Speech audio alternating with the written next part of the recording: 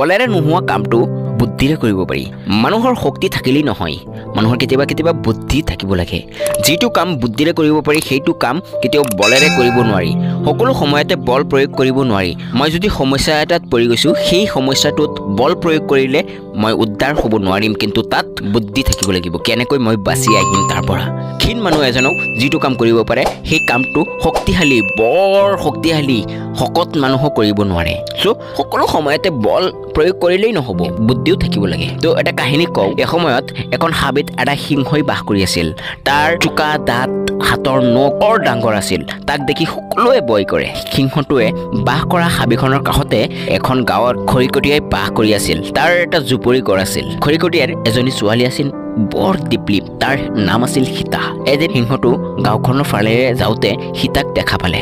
তাইৰ ৰূপ দেখি মুগ্ধ হৈ পৰিল সিংহ তাক বিয়া কৰিবলৈ মন গ'ল সিংহৰ সেয়ে সি খৰিকটীয়াৰ জুপুৰি ঘৰৰ ওচৰত আহি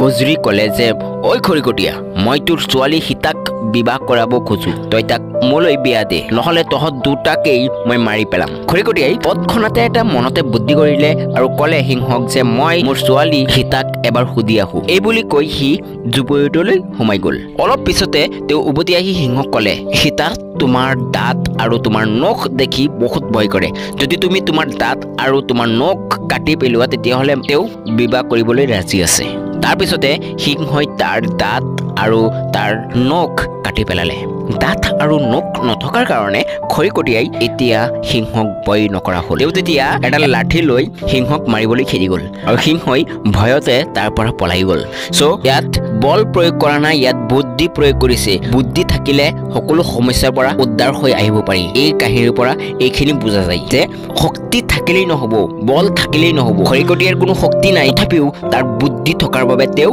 সিংহটোৰ পৰা বাচি গ'ল